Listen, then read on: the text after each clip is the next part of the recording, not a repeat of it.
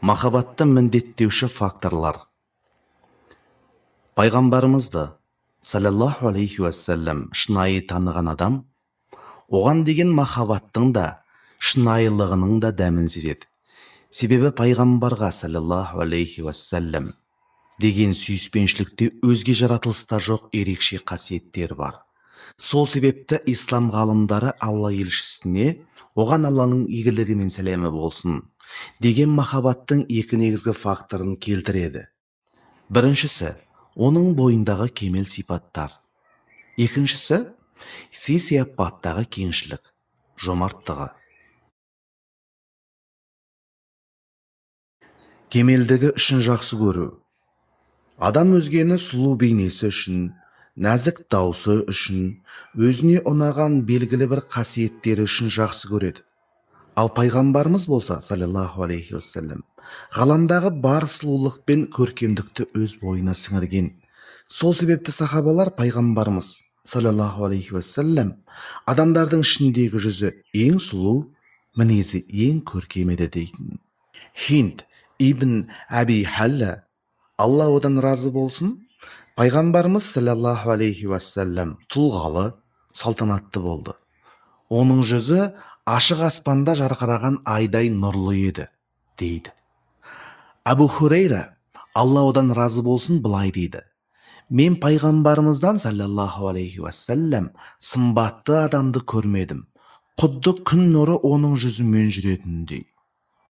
Анас ибн Малик, Алла одан разы болсын, мен пайғамбарымыздың саллаллаху алейхи уассалам алақанынан асқан жұмсақ жібекті де, зерлі матаны да ұстап көрмедім.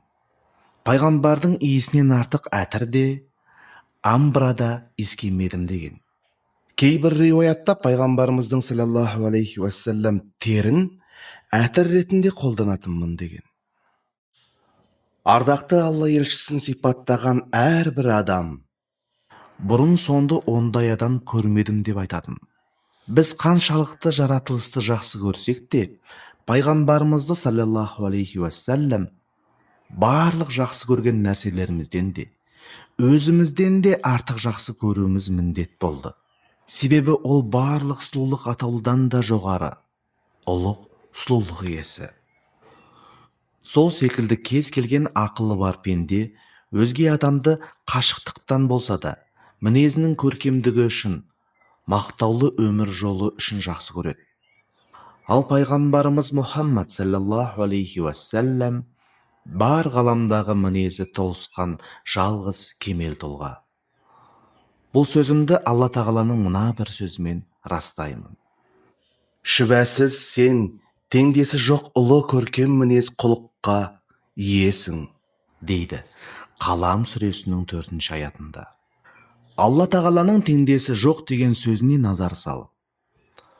Ғаламда қандай да бір жақсы мінез, көркем сипат, ізгі қасиет болмасын, Алла елшісі саллаллаху алейхи уассалам одан жоғары тұрады. Себебі аяттағы аля сөзі биіктікті, үстемдікті білдіреді. Демек, қандай да бір көркем мінез болса, Алла елшісі саллаллаху алейхи уассалам одан үстем болады. Адамда қандай да бір кемелдік болса, Алла елшісі саллаллаху алейхи уассалам одан биік. Сый-сияпаттағы кеңшілдігіне байланысты жақсы көруге келер болсақ, адам жаратылысынан өзіне бірнеше мәрте сый берген, ізгілікте жәрдемдескен адамға мейлі тартады. Оған сүйіспеншілігі оянады. Сол секілді өзін жамандықтан құтқарған, зиянкестен сақтаған адамға құрметі артып, оны сыйлай бастайды. Олай болса, кәрім болған нәбиімізге саллаллаху алейхи уассалам, ұлық болған пайғамбарымызға саллаллаху алейхи уассалам барлық ізгілік пен жақсылықты өз бойына тоғыстырған, саған бар ізгілік пен көркемдікті сыйлаған Алла елшісіне саллаллаху алейхи уассалам деген махаббатымыз қандай дәрежеде? Құдіреті күшті Алла тағала пайғамбарымыз саллаллаху алейхи уассалам арқылы бізді күпірліктің зұламаттарынан, иманның жарық нұрына шығарды. Бізді надандықтың азабынан босатып, яқин мен мағрифаттың жұмағына жетеледі. Пайғамбарымыз саллаллаху алейхи уассалам сенің мәңгілік нығметке бөленуіңе себеп екенін білу үшін осы нәрсеге жақсылап назар сал. Қандай жақсы амал пайғамбардың саллаллаху алейхи уассалам саған жасаған жақсылығынан артық әрі құнды. Ендеше қалайша біз оған шүкір ете аламыз, немесе оның ақысын, қарымтасын өтей аламыз. Раббымыз Алла елшісі саллаллаху алейхи уассалам арқылы екі дүниенің бақытына жету жолын бізге тарту етті. Пайғамбарымыз саллаллаху алейхи уассалам арқылы бізге ашық және жасырын болған нығметтерді сыйлады. Сол себепті сенің махаббатыңа өзің мен отбасыңнан, балаларыңнан, күллі адамзаттан пайғамбарымыз лайықтырақ. Тіпті ілім иелері, егер әрбір тал шашымызда пайғамбарымызға саллаллаху алейхи уассалам деген кемел махаббат болса да, оның өзі оған деген саллаллаху алейхи уассалам махаббатымыздың бір бөлігі ғана болар еді дегенді.